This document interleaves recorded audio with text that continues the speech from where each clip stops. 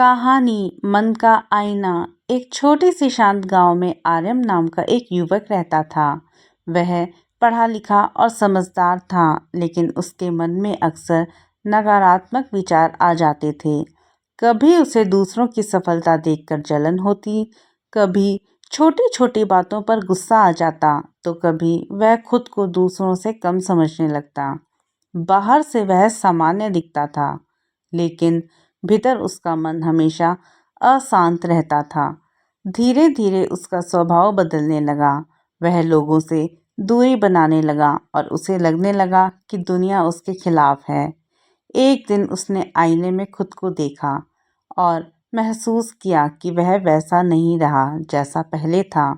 उसी बेचैनी में वह गांव के पास रहने वाले एक वृद्ध संत के पास पहुंचा और उनसे अपने मन की उलझन बताई कि वह अपने भीतर के बुरे विचारों से कैसे मुक्त हो सकता है।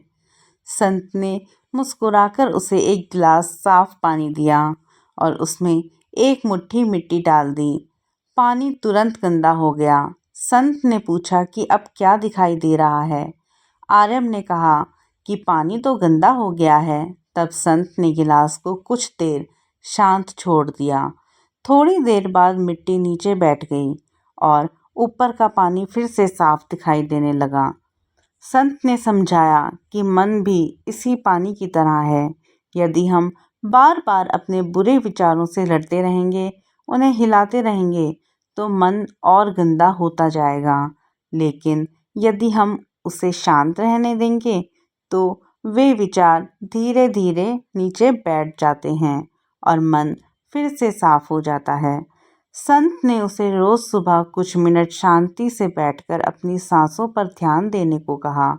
दिन में कम से कम एक व्यक्ति के लिए दिल से अच्छा सोचने की आदत डालने को कहा और रात को सोने से पहले दिन की 3 अच्छी बातों को याद करने का अभ्यास बताया। आरव ने यह सब शुरू किया। शुरुआत में उसका मन भटकता रहा, बुरे विचार आते रहे, लेकिन उसने घबराना छोड़ दिया। वह बस उन्हें देखता और जाने देता। धीरे धीरे उसने महसूस किया कि जिन लोगों से उसे जलन होती थी, वे भी मेहनत और संघर्ष से गुजरते हैं। उसके भीतर करुणा और समझ पड़ने लगी। गुस्सा कम होने लगा और मन हल्का महसूस होने लगा। कुछ महीनों बाद जब वह फिर संत के पास गया, तो उसने कहा कि विचार अब भी आते हैं, लेकिन वे उसे पहले की तरह परेशान नहीं करते।